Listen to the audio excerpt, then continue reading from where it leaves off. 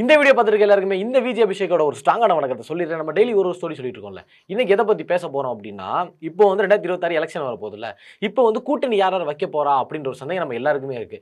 ஆனா இதுக்கு முன்னாடி அதிமுகவும் தாவேகாவும் வந்து கூட்டணி வைக்க போறாங்க அப்படின்னு சொல்லி நம்ம எல்லாருமே நம்பிட்டு இருந்தோம். ஆனா இப்போ ரீசெண்டா பிரஸ் மீட் கொடுத்த எடப்பாடி பழனிசாமி அவர்கள் வந்து கூட்டணி இல்ல அப்படின்னு சொல்றாரு. ஏன் அவர் கூட்டணி வைக்கல அப்படின்ற சந்தேகம் எக்கச்சக்கமா ஏகப்பட்ட பேருக்கு இருக்கும். அது ஏன் வைக்கல அப்படின்றதான் இந்த வீடியோ நான் ஃபுல்லா சொல்ல போறேன். சோ அத பத்தி நீங்க தெரிஞ்சுக்கணும் அப்படின்னா இந்த வீடியோ ஃபுல்லா பாருங்க. நான் உங்க விஜய் அபிஷேக், இது நம்ம ஜெம் டிவி.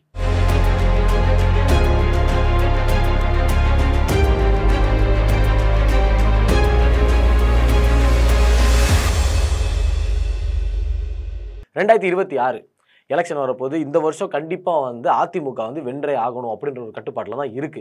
ஏன் அப்படின்னா அந்த உள்கட்சி பூசல்னு சொல்லுவாங்களா, கட்சிக்குள்ளேயே நிறைய பிரிவினை உண்டாயிருச்சு. அப்போ கட்சி மறுபடியும் ஒன்று சேர்க்கணும் அப்படின்னா கண்டிப்பா எடப்பாடி அவர்கள் வந்து இப்போ ஆட்சியை பிடிச்சாதான் மறுபடியும் இந்த கட்சி வந்து ஒன்றிணைக்க முடியும். ஏன்னா ஏகப்பட்ட பேர் தனித்தனியாக பிரிஞ்சு போயிட்டாங்க. இப்போ ஒரு ஜெயிக்கல அப்படின்னா கூட இருக்கிறவங்களும் வந்து போறதுக்கு நிறைய வாய்ப்பு இருக்கு. அதனால எடப்பாடி ஐயாவுக்கு வந்து இந்த வாட்டி நம்ம கண்டிப்பா பிடிச்சே ஆகணும் அப்படின்ற ஒரு கொள்கை வந்து ரொம்பவே ஒரு பகிரங்கமா இருக்கு அப்படின்னு சொல்லலாம். கண்டிப்பா நம்ம ஜெயிச்சே ஆகணும் அப்படின்ற ஒரு மைண்ட் செட்ல தான் அவர் கன்ஃபார்மாவே இருக்காரு. அப்போ வந்து பார்த்தோம் அப்படின்னா திடீர்னு இந்த ஒரு நோக்கத்துக்காக தான் மறுபடியும் வந்து என்டிஏ மறுபடியும் கூட்டணி சேர்க்கணும் அப்படின்னு சொல்லி சேர்த்தாங்க. ஏன்னா மறுபடியும் முன்னாடி வந்து 2024 நடந்த எலெக்ஷன் வந்து பார்த்தோம் அப்படின்னா அதாவது கூட்டணி வைக்கல, கூட்டணி வேணான்னு சொல்லிட்டு அப்படியே விலகிட்டாங்க. ஆனா இப்போ மறுபடியும் கூட்டணி வச்சிருக்காங்க அப்படின்னா கண்டிப்பா இந்த வாட்டி ஆட்சியை பிடிக்கணும் அப்படின்றதுக்காக தான். இது கண்டிப்பா ஜெயிக்குமா அப்படின்னு கேட்டா கொஞ்சம் சந்தேகங்கள் இருக்கு. ஏன் அப்படின்னா உள்ள வந்து நிறைய பேர் பிரிஞ்சு போனதுனால ஓட்டு கண்டிப்பா பிரியறதுக்கு வாய்ப்பு இருக்கு. அதனால வந்து இன்னும் கொஞ்சம் ஸ்ட்ராங் படுத்தணும் அப்படின்னு யோசிக்கப்பதான் தாவேகா வந்து உள்ள கொண்டு வந்து இழுத்தாங்க. எப்ப அப்படின்னா கடைசியா வந்து நம்ம எடப்பாடி ஐயா வந்து ஒரு மக்களை சந்திச்சு பேசிட்டு இருக்கிறப்போ அங்க வந்து நடுவில் ஒருத்தர் டிவிகேவோட தொண்டன் வந்து ஒருத்தர் வந்து கொடியை வச்சு ஆட்டிட்டு இருந்தார். அப்போ வந்து எடப்பாடி ஐயா என்ன சொல்லியிருந்தாரு அப்படின்னா, புள்ளியா சொல்லி போட்டாச்சு, புது கட்சி வந்து நம்மளோட கூட்டணிக்கு வருது அப்படின்னு சொல்லி டிவிகே பார்த்து சொன்னதோட எல்லாரும் என்ன நினைச்சிட்டாங்க அப்படின்னா, ஓகே டிவிகே வந்து ஏடிஎம்கேயோட கூட்டணி போக போகுது, அவ்வளவுதான் ஜாலி அப்படின்னு சொல்லி எல்லாருமே வரவேற்கப்பட்ட ஒரு விஷயம் தான் அது. ஏன் அப்படின்னா தாவேக்கால இருந்து எல்லாருமே வந்து இதை அக்செப்ட் பண்ணிக்கிட்டாங்க. ஏன்னா ஒரு சில இடத்துக்கு வந்து எடப்பாடி ஐயா போறப்ப வந்து விஜய் சார்பா வந்து, அதாவது விஜய் அந்த கட்சி டிவிகே சார்பா விஜயோட புகைப்படமும் அதுக்கப்புறம் எடப்பாடி ஐயா புகைப்படமும் 2 பேர் புகைப்படமே வச்சு வரவேற்கிறோம் அப்படின்னு சொல்லி நிறைய பேர் ஆரவாரம் வரவேற்றாங்க. அதாவது ரெகுலரா வந்து பார்த்தோம் அப்படின்னா அவங்களோட மீட்டிங்ல வந்து எக்கச்சக்கமான கொடிகள் வந்து பறந்துட்டு இருந்தா நம்ம எல்லாருமே பார்த்தோம். அது வரைக்கும் எல்லாருமே கன்ஃபார்ம் ஆயிடுச்சு, ஓகே கண்டிப்பா இது வந்து தாவேகாவோட கூட்டணி வரும்போது. அது மட்டும் இல்லாம இந்த கரூர் இஷ்யூல வந்து பார்த்தோம்னா சட்டசபையிலே வந்து விஜய் வரலைனாலும் விஜய் சார்பா வந்து எடப்பாடி ஐயா நிறையவே பேசியிருந்தாரு. அது மட்டும் இல்லாம எல்லாருமே வந்து விஜய் குத்தம் சொல்றப்போ அப்போது எடப்பாடி ஐயா வந்து இந்த மாதிரி விஜய் அவர் மேல தப்பு கிடையாது அப்படின்னு சொல்லி விஜய் கொஞ்சம் சாதுவா பிஜேபி சைடுல இருந்து அண்ணாமலை அவர்களும் அதுக்கப்புறம் இங்கே வந்து எடப்பாடி பழனிசாமி அவர்களும் 2 பேருமே வந்து அவளுக்காக சாதகமா பேசினாங்க அப்படின்னு சொல்லலாம். இவதெல்லாம் பார்த்து தான் கண்டிப்பா வந்து கூட்டணியை சேரப்போகுது அப்படின்னு நினைச்சோம். ஆனா இப்ப நடந்த பிரஸ் மீட்ல வந்து சேராது அப்படின்னு சொல்லிட்டாங்க. 2026 நெருங்கிச்சு, கிட்டத்தட்ட இன்னும் ஒரு 6 to 5 மாசம் தான் இருக்கு எலெக்ஷனுக்கு. அதுக்காகவே எல்லாரும் என்ன பண்ண ஆரம்பிச்சிட்டாங்க, சர்வே எடுக்க ஆரம்பிச்சிட்டாங்க. சர்வேன்றது என்ன அப்படின்னா ஒரு நிறுவனத்திட்ட கொடுத்துருவாங்க. இந்த மாதிரி வந்து மக்கள் கிட்ட என்ன எந்த கட்சிக்கு வந்து செல்வாக்கு இருக்கு அப்படின்னு பாக்குறதுக்காக, எந்த கட்சி கிட்ட செல்வாக்கு இருக்கு அப்படிங்கிறது பாக்குறதுக்காக. இப்போ வந்து பார்த்தா எடப்பாடி ஐயா முதல்ல தன் கட்சி பார்க்காம தாவேகாக்கு முதல்ல எப்படி இருக்கு அப்படின்னு பாருங்க அப்படின்னு சொல்லி சென்சார் வந்து எடுக்க சொல்லியிருக்காங்க.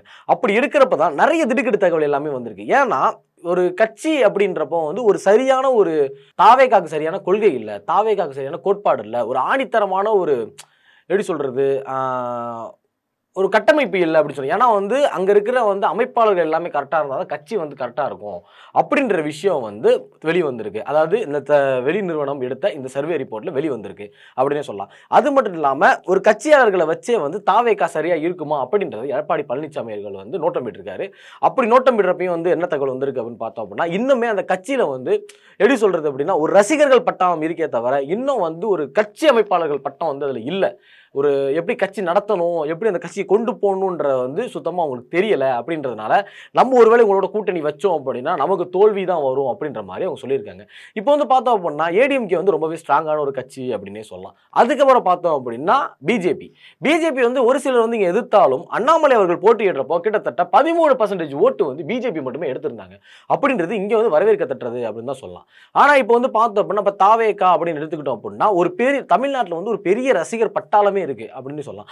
ஆனா ரசிகர் பட்டாளம் எல்லாமே ஓட்டா மாறுமான்னு பார்த்தா எனக்கு தெரிஞ்சு அது வந்து டவுட்டு அப்படின்னு தான் சொல்கிறாங்க. அது மட்டும் இல்லாமல் கரூர் விஷயம் நடந்ததுக்கு அப்புறம் இவர் மேலே நிறைய பேர் வந்து கொஞ்சம் கோவமாக இருக்காங்க அப்படின்னு சொல்லலாம். அந்த கரூர் விஷயத்தில் கூட நிறைய பேர் சப்போர்ட் பண்ணாங்க. ஆனால் வந்து இந்த மக்களை எல்லாருமே அழைச்சிட்டு வந்து சென்னையில் மீட் பண்ண விஷயம் வந்து நிறைய பேருக்கு கோவத்தை உண்டாக்கியிருக்கு அப்படின்னே சொல்லலாம்.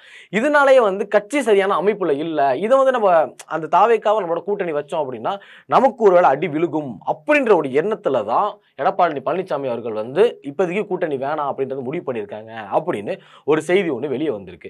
ஒருவேளை ஏன்னா எடப்பாடி பழனிசாமி அவர்கள் வந்து அவர் வந்து சர்வே எடுக்கிறப்ப தன் கட்சிக்கு எடுக்காம தாவேக்காக்கு எடுத்தது வந்து பிரில்லியண்டான ஒரு ஐடியா அப்படின்னு தான் சொல்லலாம். ஏன்னா கூட்டணி வைக்கணும் அப்படின்னா அந்த கட்சி எப்படி இருக்குன்ற விஷயம் நம்ம தெரிஞ்சுக்கணும். அதுக்காகவே அங்கே கேட்டிருக்காரு. பட் ஆனால் அங்கே வந்து நெகட்டிவ் வந்ததுக்கு அப்புறம் அதனால தான் வந்து கூட்டணி இல்லை, நாங்களும் அதிமுகவும் அவருடன் கூட்டணி பேசவில்லை, தாவேக்காவும் எங்களோட வந்து கூட்டணி பேசவில்லை அப்படின்னு சொல்லி இந்த பிரஸ் மீட்ல வந்து கொடுத்துருக்காங்க. மேபி எடப்பாடி பழனிசாமி அவர்கள் எல்லாமே சொல்லி கரெக்டாக ஒரு கட்டமைப்பு கொடுத்து கூட்டணி சேர்க்கலாம், சேர்க்காமலே போகலாம் அப்படின்றது வந்து இன்னும் கொஞ்ச நாள்லேயே தெரிஞ்சு. ஏன்னா எனக்கு தெரிஞ்சு ஜனவரிக்குள்ளேயே யார் யார் கூட வந்து கூட்டணி வைக்க போகிறாங்க அப்படின்ற தகவல் வந்து கண்டிப்பாக சொல்லியே தான் ஆகணும். அந்த ஒரு சூழ்நிலையில் தான் இருக்குது. இன்னும் தேமுதிக இருக்கட்டும், பாமக இருக்கட்டும், யாரோட இருக்காங்க அப்படின்றத இன்னும் கன்ஃபார்மாக சொல்லலை.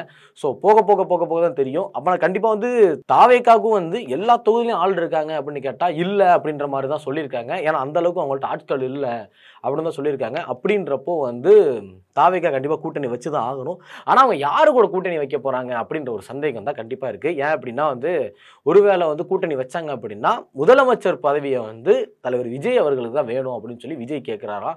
அது கண்டிப்பாக எடப்பாடி பழனிசாமி அவர்கள் வந்து அதுக்கு ஒத்துக்கிறதுக்கு வாய்ப்பு இல்லை. ஸோ எந்த கட்சியை கேட்டாலும் ஒத்துக்க மாட்டாங்கன்னு தான் நான் நினைக்கிறேன்.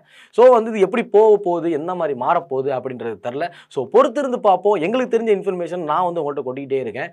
அது மட்டும் இல்லாமல் என்ன கூடிய சீக்கிரத்தில் வந்து எந்தெந்த கட்சி எந்தெந்த கூட்டணி வரப்போகுதுன்ற ஒரு தனி சென்சாரை வந்து நம்ம எடுத்துகிட்டு இருக்கோம். ஸோ அதை பற்றி தெரிஞ்சுக்கணும் அப்படின்னா நம்ம ஜெம் டிவியை சப்ஸ்கிரைப் பண்ணி வச்சுக்கோங்க.